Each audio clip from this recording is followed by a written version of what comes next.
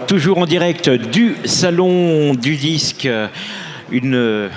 un rendez-vous donc depuis hier avec des artistes nantais, avec des musiciens, mais également donc des journalistes, des éditeurs. Et là, une présence importante. C'est un groupe encore peu connu de la région nantaise, mais c'est vraiment une grande promesse de cette scène nantaise, dans un mélange entre métal et un esprit rock progressif. C'est un groupe qui se nomme Tsar. Et c'est un groupe qui a sorti un tout premier album il y a un an. Donc dans un studio du Pays de Ré, on écoute un extrait de ce CD avant d'en parler plus en profondeur avec les membres de Tsar.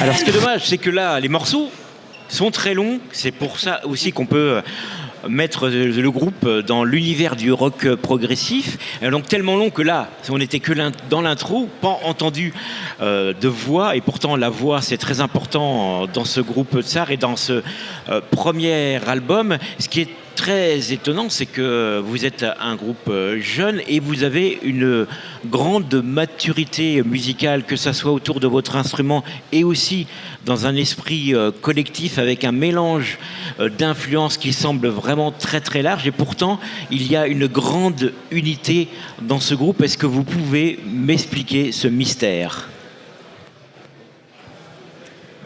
Oui, en fait, le projet de Tsar à la base, c'est pour ça qu'on se classe dans le registre plutôt fusion. C'est que même si on est sur une patte principalement rock metal quand on écoute l'album, en fait on est de plein d'origines, d'influences assez variées, assez différentes. Et du coup en fait c'est un peu la rencontre de tous nos univers respectifs qu'on entend dans cet album-là. Dans la création musicale, vous travaillez tous ensemble ou c'est un des membres qui amène une proposition sur laquelle vous construisez un cadenas ? Comment ça se passe dans l'écriture musicale des titres et des textes aussi ? La plupart du temps, alors après c'est vrai que ce premier album il a été construit d'abord musicalement principalement en fait. Le chant est arrivé assez tardivement derrière. Parce que dans la construction, dans l'évolution du groupe au démarrage, on a eu du mal à trouver ce lead, ce frontman ou woman. On était fermé évidemment à personne. Et puis quand Kyrian, donc le chanteur, est arrivé, ce fameux baron dont on pourra parler un petit peu après, l'identité du groupe est vraiment née à partir de là. Mais grosso modo, on travaille tous ensemble sur la musique. Tout part souvent d'un riff ou d'une influence, d'une mélodie, etc. Et puis l'identité réelle du morceau arrive aussi avec les textes de Kyrian, avec le sujet qu'il souhaite aborder, qu'on souhaite aborder. Voilà, j'essaie d'être concis, mais c'est vrai qu'il y a tout ce truc autour c'est une sorte de concept album aussi, cet album, avec un fil rouge, une histoire, un côté assez théâtral, voilà. Et c'est là aussi, des personnages. C'est là aussi on retrouve le côté rock progressif dans cette imagerie, parce que c'est aussi un impact visuel très fort. Est-ce que cet impact visuel, vous l'avez eu dès le départ, cette idée de travailler vraiment, certes, le son, les chansons, mais également ce que ça reproduit visuellement sur scène, ça a été travaillé dès le départ. Dès le départ, vous aviez conscience de ça ? Ce que c'est actuellement, Tsar en live, et tout ce côté personnage, ses costumes, ses maquillages et tout ça, c'est le format actuel. C'était pas exactement comme ça dans notre esprit au tout démarrage, mais par contre on a toujours été attiré par ça, cette volonté de produire une musique live, mais pas purement classique, voilà, mélanger ce côté théâtral comme on disait. Et puis après oui, c'est vraiment ce côté avec l'arrivée de Kyrian, avec ses textes, avec ce dont il avait envie de parler. Il y a quelque chose qui s'est dessiné assez naturellement en fait entre nous et qui a bien matché avec la musique. Mais et en fait, ça s'est construit au fur et à mesure, mais vraiment, oui, déjà de base cette idée de vouloir créer quelque chose de visuel, en fait. Alors on sent, donc hier vous jouiez pour un moment un festival important puisque c'est Nantes Metal Festival, avec en plus les 10 ans de ce festival avec Clone en tête d'affiche au Ferrailleur, lieu important de la scène nantaise. Et là, dans cet impact-là où vous saviez que beaucoup de gens aussi venaient pour Clone, où vous commencez, vous, à avoir des gens qui vous suivent, on a senti tout de suite hier la puissance et l'impact que vous pouvez avoir, puisque tout de suite, les gens étaient complètement dedans dès les premiers instants, dès le premier morceau, et on a semblé que ce concert de 40 minutes semblait en fait n'avoir duré que 20 minutes, tellement vous êtes bien structuré, et ce qui est assez impressionnant lorsqu'on voit votre jeunesse. Donc ça veut dire que vous jouez depuis très longtemps ensemble. Vous avez eu d'autres groupes avant cette expérience de Tsar. Comment ça s'est créé, votre rencontre de tous les 5 ? Notre rencontre s'est faite en 2018 et pour ma part, moi j'avais d'autres projets, j'ai toujours d'ailleurs d'autres projets de groupe où moi je faisais par exemple la basse et le chant. Et je cherchais moi à approfondir ma technique, on va dire vocale, et essayer de me détacher un peu de l'instrument. Et donc du coup j'ai rencontré les gars de Tsar en 2018 et on a voulu justement, comme ce que tu disais tout à l'heure, approfondir vraiment beaucoup plus l'aspect scénographique. Qu'est-ce qu'on pourrait apporter en plus de la musique, que ce soit par un maquillage, un costume, incarner des personnages, vouloir dire des choses, jouer sur le jeu scénique, les déplacements, tous ces trucs-là, le fait de faire des mouvements avec mon micro, comment je pourrais me déplacer et puis apporter une dynamique supplémentaire pour que les gens qui nous découvrent pour la première fois soient aussi, on va dire, subjugués par la musique et aussi par l'aspect visuel, tout simplement. Et en écoutant donc ton chant, il y a une profondeur importante. Tu passes des sons de basse à des voix très aiguës, d'une voix un peu lyrique à des choses qui peuvent être plus martiales. On sent aussi derrière qu'il y a aussi un côté très groovy qu'on retrouve pas toujours dans le type de métal.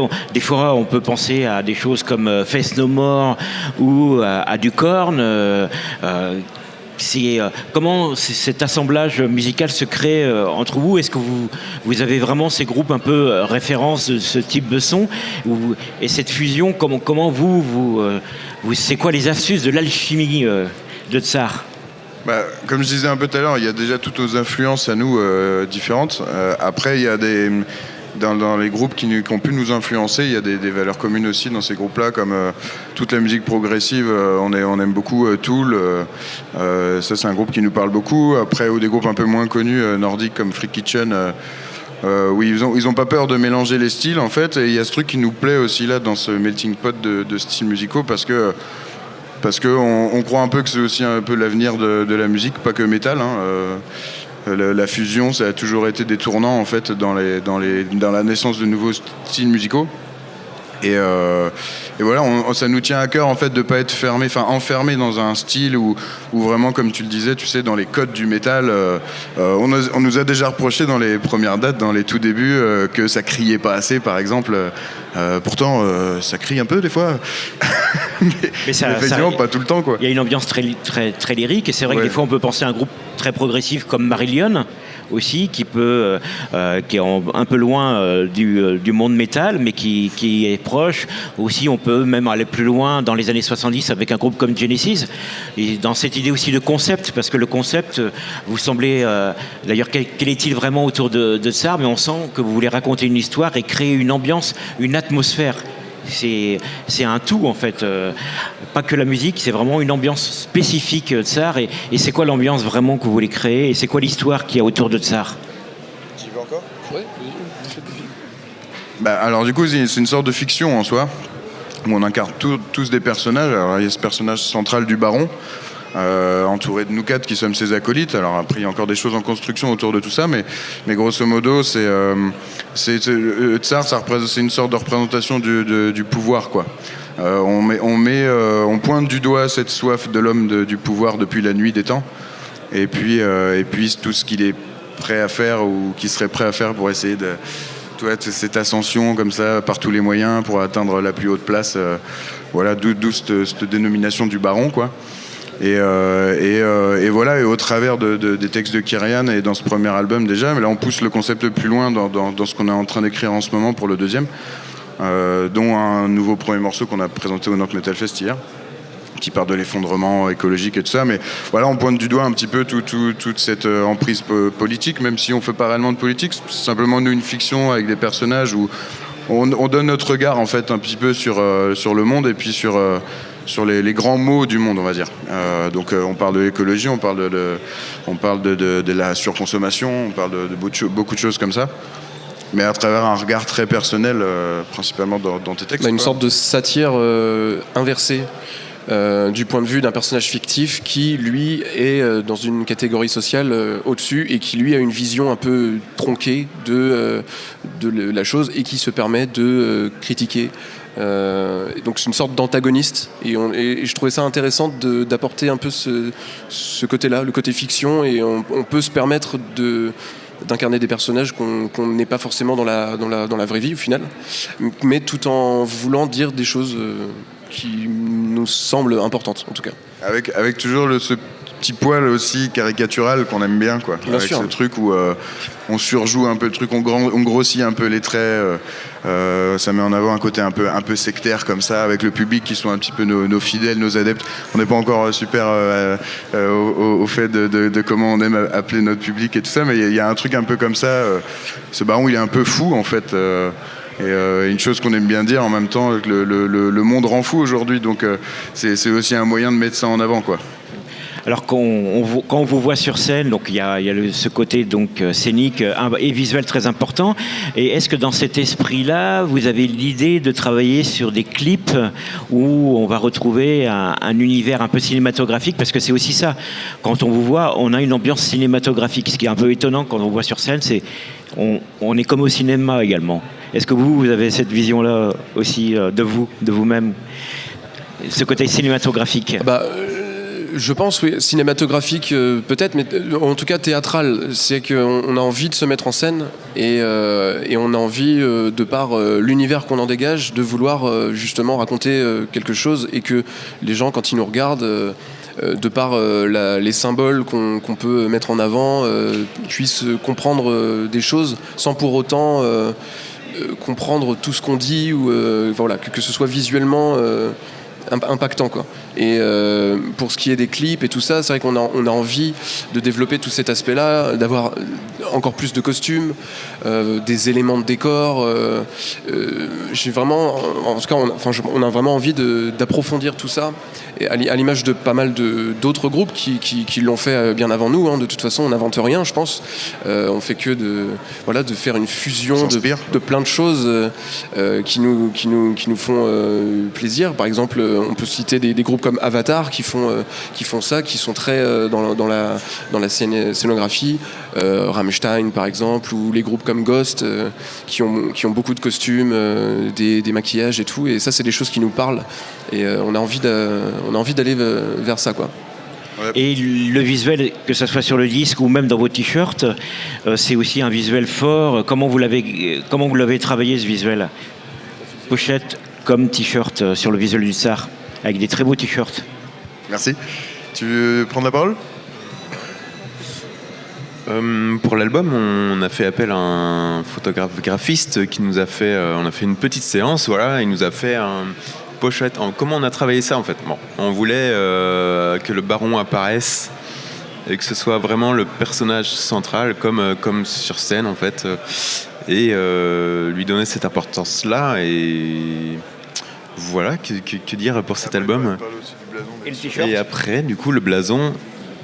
Et cet anagramme-là, on a fait appel à un graphiste qui s'appelle Monkey, et qui nous a fait ça en 2019. Là, Il a fait un super taf. On est très très content de ce joli blason. Ouais. On a un mannequin en plus incroyable.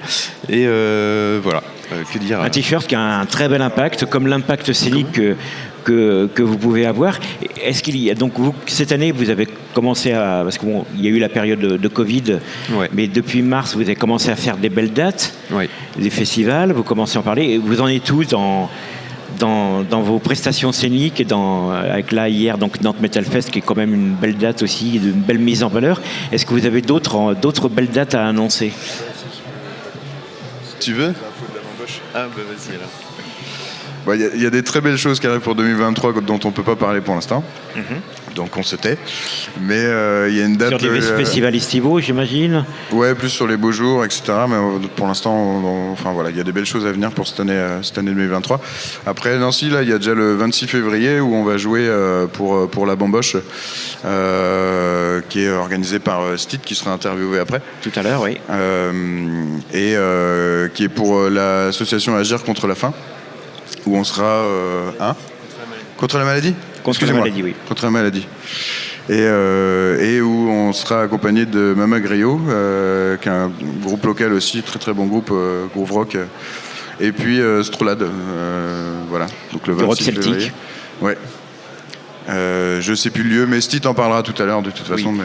Et vous avez des projets aussi de retour en studio pour un nouvel album? Ouais. Puisque depuis, vous avez un nouveau membre, un nouveau guitariste qui a changé. Est-ce que du coup, là, hier, vous avez présenté une nouvelle composition. Est-ce que vous avez, comme ça, plein de nouvelles compositions, déjà de quoi de faire un nouvel album? Est-ce que déjà c'est une idée Je pense qu'en termes de contenu en construction, on a 4 albums là. Mais non, oui, on a beaucoup de matière en ce moment et tout ça, et on est en plein dedans en fait là. On fait le tri. Ouais, on fait le tri. On avait mis cette deadline pour le Nantes Metal Fest d'avoir cette nouvelle compo. Et là, on va prendre un bon temps maintenant là jusqu'à principalement la période estivale, mais pour vraiment travailler. Et sur cet album, vous l'avez enregistré dans quelles conditions? Donc a priori c'est dans un studio des Pays de Ré dont j'ai jamais entendu parler. Est-ce que vous pouvez en parler de ce travail en studio qui est assez phénoménal pour un premier album? Oui, bah, je te laisse. Du coup, on a enregistré à Saint-Lumine de Clisson, dans le studio Brown Beer Recording, désolé pour l'accent. Et du coup, on a passé 4 semaines en studio avec lui, avec Arthur, l'hôte, qui tient ce studio et qui est un très bon aussi directeur artistique qui sait nous guider. Au niveau du choix des micros, des sons, il nous a vraiment bien guidés. Et puis voilà, masterisé chez Master Lab aussi, système à Nantes. Et on est très c'est lui aussi qui a mixé Et c'est Arthur qui a mixé aussi. Et vraiment, on est très content du rendu. C'est un album très très fort, mais surtout allez les voir sur scène parce que c'est un impact visuel des plus terribles. Psar, c'est la valeur montante du rock nantais, alors rock au sens très large du terme, puisqu'il y a un côté rock progressif certes, un côté métal et puis des musiciens qui jouent très très bien de leur propre instrument avec une cohésion musicale qui est assez sidérante pour des jeunes musiciens comme vous. Bravo. Merci Rachid. Merci à vous. Merci beaucoup. On peut retrouver le disque. Et puis merci à toi Rachid d'être venu nous voir hier du coup. De rien.